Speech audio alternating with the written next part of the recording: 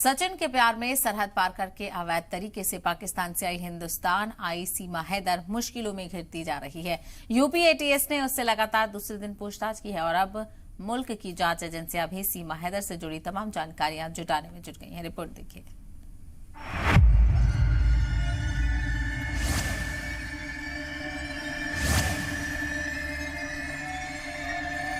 कहते हैं कि प्रेमी पंछी, नदियां और हवाओं के लिए कोई सरहद नहीं होती है।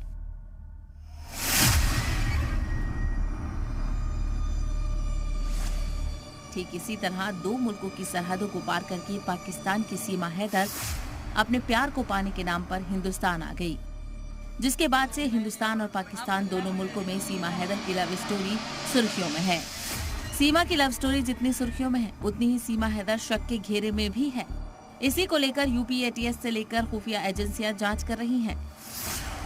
यूपी एटीएस ने सीमा हैदर, सचिन और सचिन के वालिद से लगातार दूसरे दिन पूछताछ की। एटीएस तीनों को हिरासत में लेकर नोएडा कमांड कंट्रोल सेंटर पहुंची थी।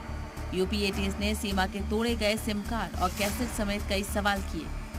सीमा हैदर के बैकग्राउंड और उसकी बताई कहानी को पुलिस वेरीफाई करने में लगी है। सीमा के पहले शौहर गुलाम हैदर का दावा है कि सीमा के भाई से उसकी बात भी होती है और वो कराची में पोस्टेड है। गुलाम हैदर के इस दावे के बाद से सीमा हैदर पर शक और बढ़ जाता है और इन्हीं सब बातों की सच्चाई पता लगाने के लिए जांच एजेंसियां सीमा हैदर से पूछताछ कर रही हैं। सीमा हैदर की सच्चाई जानने के लिए खुफिया एजेंसियां अब भारत नेपाल बॉर्डर पर लगे सीसीटीवी फुटेज की जांच भी कर रही हैं। जराये से मिली जानकारी के मुताबिक सीमा हैदर के हिंदुस्तान में दाखिल होने की पूरी जानकारी हासिल करने के लिए जल्द ही यूपी एटीएस की टीम नेपाल जा सकती है।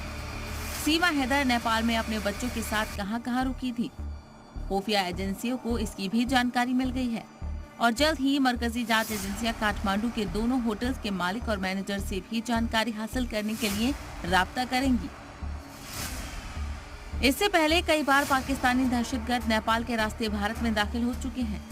कुछ साल पहले जम्मू कश्मीर में पकड़े गए दहशतगर्दों से पूछताछ में ये खुलासा भी हो चुका है कि वो नेपाल के रास्ते हिंदुस्तान में दाखिल हुए थे। वहीं सीमा हैदर के भारत आने के बाद सचिन मीना ने पास में अपने एक जानने वाले का घर किराए पर ले लिया था। सचिन ने घर के मालिक को बताया था कि सीमा उसकी अहलिया है, लेकिन सवाल ये उठता है कि उस घर के मालिक ये जानने की कोशिश तक नहीं की कि सचिन ने सीमा से कब शादी की। बच्चों को लेकर भी मकान मालिक ने कोई सवाल नहीं किया और न ही सीमा हैदर का पुलिस वेरिफिकेशन कराया। सबसे पहले सचिन ही आया था हमारे पास, गाँव का ही था। पहले पूछने आया था कि भैया मुझे कमरा चाहिए। मैंने उससे बोला था कि भैया हम फैमिली वाले को कमरा दे सकते हैं। फिर बाद में बोल रहा है कि उन्होंने मेरी फैमिली है, 4 बच्चे हैं मुझ पर छोटे छोटे से। एक तरफ सीमा हैदर को लेकर जांच एजेंसियां जांच कर रही हैं, तो दूसरी तरफ मुल्क के अलग अलग हिस्सों में सीमा हैदर के खिलाफ लोगों ने मोर्चा खोला हुआ है। ब्यूरो रिपोर्ट, जी मीडिया।